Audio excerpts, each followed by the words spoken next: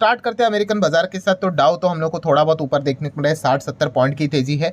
But yes, Nasdaq की बात करें तो नेस्डेक की तबियत बिल्कुल भी ठीक नहीं है, हालत आप यहाँ पे देख सकते हो। 3.5% की गिरावट फिलहाल तो देखने को यहाँ पे मिल रही है, जो कि ऑलरेडी एक्सपेक्ट था। ठीक है, इसके ऊपर ऑलरेडी हम लोगों ने वीडियो भी बनाया है, क्योंकि यही मेजर रीजन था जिस चीज़ के चलते पूरे दुनिया भर के बाजार में हम लोग को टेक रिलेटेड गिरावट देखने को मिल चुका है। हमारे बाजार में भी वो गिरावट पास ऑन होते हुए देखने को मिली थी।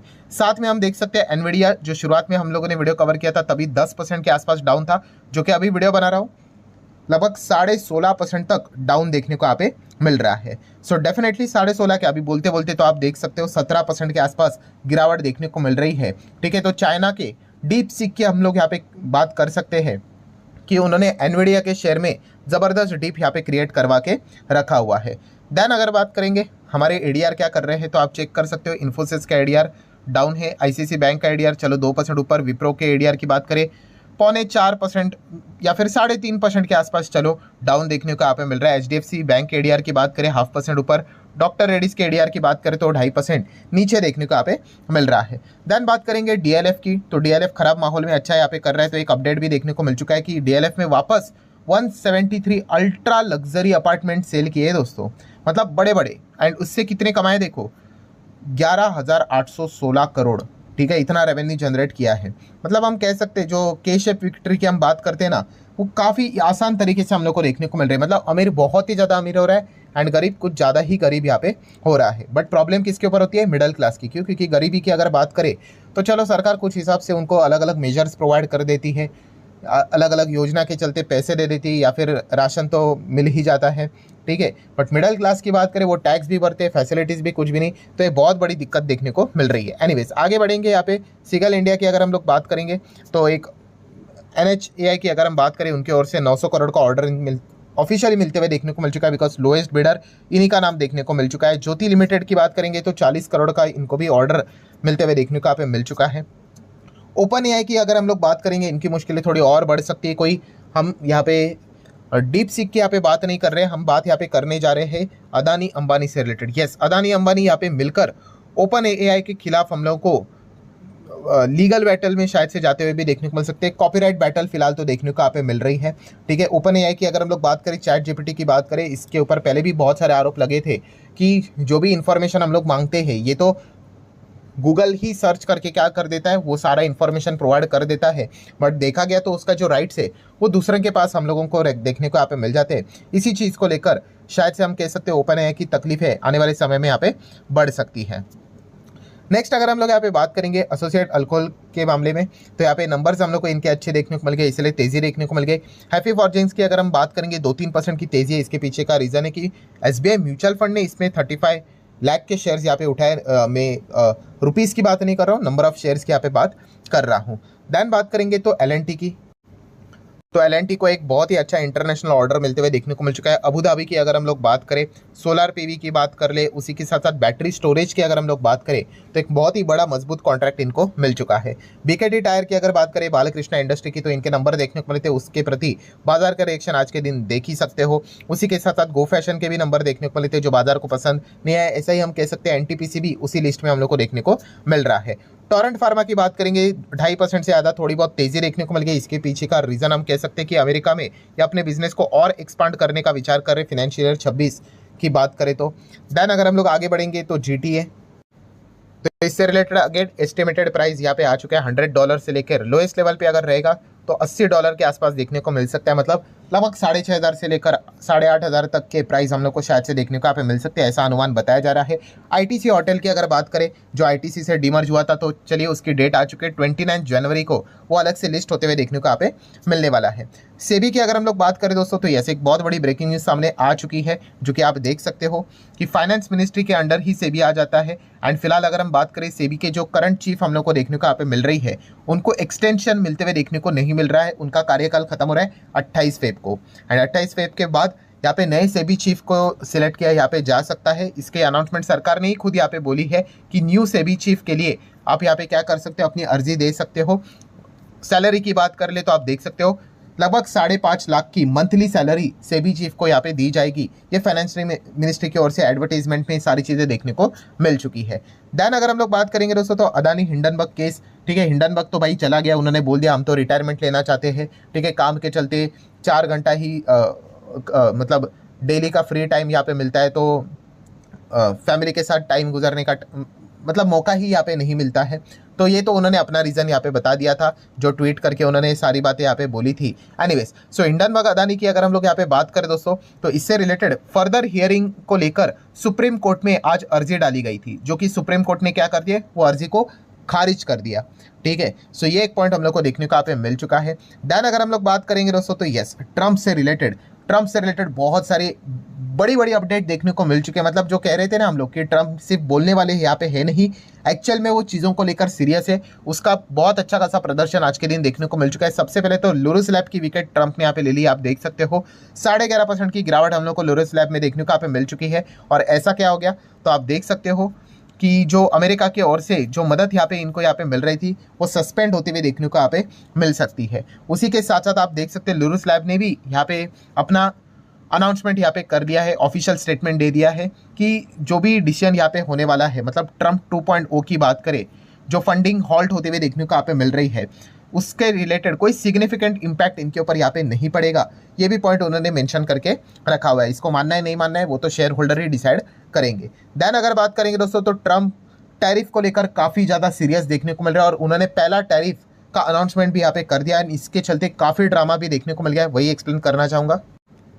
मतलब जैसे कि आप सभी लोगों को पता ही होगा दोस्तों, ट्रम्प ने एक बात बोली थी कि हमारे देश में जो इलीगली इमिग्रेंट्स यहाँ पे आए हैं, ठीक है, उनको हम लोग पकड़ेंगे, ठीक है, और जिस भी वो देश के होंगे उनको क्या करना पड़ेगा, उनको वापस लेना पड़ेगा। एंड जो कंट्री उनको वापस लेने के लिए मना करेगी, ठीक है, उनके ऊपर हम लोग हेवी टैरिफ लगा देंगे, ठीक है। एंड इसकी शुरुआत हम लोग को होते हुए देखने को यहाँ पे मिल गई, कौन से देश के साथ, कोलंबिया के साथ। यस, कोलंबिया की अगर हम लोग बात करें दोस्तों तो आप यहाँ पे देख सकते हो, tariff war begins under the Trump, मतलब US act after the Colombia refuse, मतलब रिफ्यूजेस टू, मतलब वापस माइग्रेंट की जो फ्लाइट थी उनको वापस लेने के लिए उन्होंने मना कर दिया। सो लगभग 2 फ्लाइट्स भरकर यहाँ पे उनके जो लोग थे, इलीगल इमिग्रेंट्स थे, वो कोलंबिया यहाँ पे भेज दिए जा चुके थे। एंड उसके बाद यहाँ पे सामने से कोलंबिया ने उनको अपने देश में लेने के लिए यहाँ पे मना कर दिया। जैसे उन्होंने ये बात बोल दी तो ट्रम्प ने 25% का टैरिफ कोलंबिया के ऊपर यहाँ पे लगा दिया। क्यों? क्योंकि वो वापस उन लोगों को लेने से मना कर रहे थे। देन बाद में जोश में कोलंबिया ने भी बोल दिया कि हम भी अमेरिका से जो आने वाला सामान इंपोर्ट जो हो रहा है उसके ऊपर 25% टैरिफ लगा रहे हैं, ठीक है। ट्रम्प ने ये तक बोल दिया कि अभी 25% है, आगे 50% भी हम लोग कर देंगे। तो आप अंदाज़ा लगा सकते हो कि ट्रम्प फुल्ली जो उन्होंने बात यहाँ पे बोली थी उसको लेके कितना ज़्यादा सीरियस है। एंड उसके बाद ट्रम्प ने ये भी बोल दिया कि जितना हो सके प्लीज़ हमें कोऑपरेट कीजिए, ठीक है। जो भी ये चीज़ें यहाँ पे चल रही है वो बाकी भी लोगों के लिए, लीडर्स के लिए एक वार्निंग की तौर पे ही यहाँ पे देखी जाएगी। सो डेफिनेटली इतना सब कुछ प्रेशराइज सारी चीज़ें होने के बाद कोलंबिया को बैक फुट पे आना यहाँ पे पड़ा। एंड उन्होंने यहाँ पे डिसीजन ले लिया कि हाँ भाई, जितने भी टर्म्स है ट्रम्प के हम यहाँ पे एक्सेप्ट करते हैं, हम जो माइग्रेंट्स हैं उनको वापस यहाँ पे लेने के लिए रेडी। एंड उसके बाद अमेरिका ने भी क्या कर दिया, टैरिफ को पॉज कर दिया ऑन कोलंबिया, ठीक है। क्यों? After the agree all the Trump's condition. So इतना कुछ ड्रामा देखने को मिल गया। एंड इस चीज़ के चलते आज के दिन क्रूड ऑयल में हम लोग को ज़बरदस्त गिरावट यहाँ पे देखने को मिल गया। आप चेक कर सकते हो क्रूड में क्यों गिरावट होगी, क्योंकि यस, ट्रम्प के आने के चलते आप अंदाज़ा लगा सकते हो कि ग्लोबल लेवल पे इकोनॉमिक अनसर्टेनिटी कितनी यहाँ पे बढ़ चुकी है। एंड इसी चीज़ को लेकर आप यहाँ पे देख सकते हो, मतलब पहले तो लगा था कि भाई इतना सीरियसली होगा क्या, बट यस, ये एक्चुअल में ही सीरियसली हम देख सकते हैं कि जिस प्रकार के सैंक्शंस उन्होंने टैरिफ के यहाँ पे लगा दिए कोलंबिया के ऊपर, ग्लोबल इकोनॉमी के ऊपर, ट्रेड के ऊपर एक बहुत बड़ा रिस्क अभी हम लोग को जनरेट होते हुए देखने को यहाँ पे मिल चुका है। एंड इसी चीज़ का जो इम्पैक्ट है वो क्रूड के ऊपर हम लोग को साफ साफ देखने को यहाँ पे मिल गया। देन अगर हम लोग बात करें दोस्तों तो चलिए यहाँ पे एक अच्छी खबर भी हम लोग को ज़रूर देखने को यहाँ पे मिल रही है, ठीक है। अभी इसका रिएक्शन कल बाजार में क्या देखने को नहीं मिलेगा, नहीं मिलेगा, वो देखना एक काफ़ी इंटरेस्टिंग पार्ट रहेगा। मतलब आरबीआई, यस दोस्तों, फाइनली हम कह सकते हैं आरबीआई ने लिक्विडिटी से रिलेटेड चलो कुछ तो कदम उठाया, ठीक है। अभी देखा गया तो और अच्छा कदम उठाना चाहिए था, बट चलिए एटलीस्ट कुछ तो चीज़ें हम लोग को देखने को मिल गई। मतलब आरबीआई ₹1.5 ट्रिलियन लिक्विडिटी बूस्टर हम लोग को देते हुए देखने को यहाँ पे मिल रहे हैं। एंड इस चीज़ के चलते फरवरी मंथ में जो एमपीसी की मीटिंग होने वाली है उसमें शायद से रेट कट के होप अभी बढ़ते हुए देखने को यहाँ पे मिल चुके हैं। ठीक है, मतलब क्या है कि हर किसी को पता है भाई सिस्टम में लिक्विडिटी की काफ़ी आवश्यकता है। ठीक है, एंड आरबीआई के पास जितने मेजर्स रहेंगे वो उसको अपनाने की कोशिश कर रहे हैं। तो आप चेक कर सकते हो कि आरबीआई ने 60,000 करोड़ के बॉन्ड वो परचेज करते हुए देखने को यहाँ पे मिलने वाले to ease the liquidity crunch. ठीक है, एंड ये जो 1.5 ट्रिलियन का जो लिक्विडिटी इन्फ्यूजन का जो पैकेज बोला है उसी का ही ये पार्ट हम लोग को देखने को यहाँ पे मिल रहा है, बॉन्ड परचेज। सो डेफिनेटली हम कह सकते हैं कि एक रिलीफ देखने को मिल जाएगा। ऊपर से अगर हम लोग बात करें तो आरबीआई ने डॉलर रुपी स्वैप की भी बातचीत यहाँ पे की है। ठीक है, उसका भी अनाउंसमेंट उन्होंने कर लिया है। सो इस चीज़ के चलते रुपी में एक मजबूती आप लोगों को देखने को मिलेगी। बेसिकली यहाँ पे क्या होगा कि बैंक्स के साथ यहाँ पे आरबीआई के कुछ करार होते हुए देखने को मिलेंगे। वो डॉलर यहाँ पे खरीदेंगे, एक अमाउंट यहाँ पे फिक्स किया जाता है एंड यूजुअली क्या किया जाता है, डॉलर को आगे जाके और भी ज़्यादा बेचा जाएगा। इस चीज़ के चलते रुपी को थोड़ा बहुत सपोर्ट मिलेगा एंड एक टाइम के बाद वापस डॉलर जहाँ से उन्होंने लिए थे वो वापस उनको कर दिए जाएंगे। एक पहले से डिसाइड किया होता है कौन से भाव के ऊपर। सो ये डॉलर रुपी स्वैप भी हम लोग को देखने को मिल चुके हैं। कितने का? लगभग $5 बिलियन का। इस चीज़ के चलते गिरते हुए रुपी को शायद से थोड़ा बहुत रिलीफ मिले, इसकी कोशिश आरबीआई करते हुए देखने को यहाँ पे मिल रही है। एंड देन अगर हम लोग बात करें कि ये जो सारी चीज़ें जो चल रही 60,000 करोड़ का जो गवर्नमेंट सिक्योरिटीज़ की बात करें परचेज यहाँ पे की जाएगी, बॉन्ड बिंड सब वही होता है। सो कितना लिक्विडिटी इंजेक्ट होगा? 7,000 करोड़ का, बट किस में?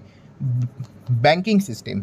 ठीक है, सो बैंकिंग सिस्टम में चीज़ें होते हुए देखने को मिलेगी। 60,000 करोड़ 3 ट्रांचेस में किए जाएंगे। उसमें से पहला है 30 जनवरी, उसके बाद 13 फरवरी एंड उसके बाद 20 फरवरी। ठीक है, इस हिसाब से 2020 के हिसाब से डिसीजन यहाँ पे लिया जाएगा। तो चलो, जैसे कि मैंने कहा कि एटलीस्ट कुछ तो यहाँ पे डिसीजन लिया है, तो इस चीज़ को लेकर कल मार्केट में क्या रिएक्शन देखने को मिलता है वो देखना इंटरेस्टिंग रहेगा। नो डाउट, अगेन रिपीट करना चाहूँगा कि बैंकिंग सिस्टम से रिलेटेड ये खबर देखने को मिल चुकी है, लिक्विडिटी इन्फ्यूज कर रहे हैं, क्योंकि आरबीआई के कंट्रोल में वही चीज़ें फिलहाल तो देखने को मिल रही है। सो कल finance sector, bank sector, bank Nifty, ठीक है, उनके ऊपर आप थोड़ा बहुत ज़रूर फोकस यहाँ पे रख सकते हो। उसी के साथ साथ देखा गया आज के दिन एफआईडीएस क्या है। वैसे तो एफआईएस ने कितना बेचा है वही देखने के लिए आए थे, तो 5,000 करोड़ का माल यहाँ पे बेचा है। नो डाउट आरबीआई के जो लिक्विडिटी वाला जो डिसीजन है देखा गया, तो ऐसा कोई मतलब बहुत बड़ी ऐसी चीज़ यहाँ पे नहीं है। बहुत बड़ी चीज़ तो भाई बजट में टैक्स अगर कम हुआ वही रहेगी, बट चलो एटलीस्ट बैंकिंग फाइनेंस सेक्टर के लिए एक अच्छा पॉइंट तो हम लोग को जरूर आरबीआई की ओर से होते हुए देखने को मिल रहा है। एंड लिक्विडिटी वाला डिसीजन लिया है, मतलब आप एक्सपेक्ट कर सकते हो कि फेब में जो एमपीसी की मीटिंग होगी वहाँ पे शायद से क्या पता रेट कट भी देखने को यहाँ पे मिल जाए। तो इस चीज़ के चलते जिनके ऊपर ईएमआई है उनका ईएमआई भी कम हो सकता है अगर रेट कट हुआ तो भविष्य में। ठीक है, 7-8 तारीख को कुछ तो एमपीसी की मीटिंग देखने को मिल रही है, तो और थोड़ा लिक्विडिटी बाजार में आ सकती है करके। सो लेट्स सी क्या होता है करके। तो चलिए, गिरावट वाले माहौल में एटलीस्ट ये एक पॉजिटिव वाला पॉइंट तो देखने को मिल चुका है, तो इसका इंपैक्ट कल बाजार के ऊपर कैसा रहेगा ये देखना भी इंटरेस्टिंग पार्ट जरूर रहेगा। सो आशा करता हूँ वीडियो इंटरेस्टिंग लगा होगा, चाहो तो लाइक एंड शेयर कर सकते हो। मिलते हैं कल, तब तक के लिए बाय बाय।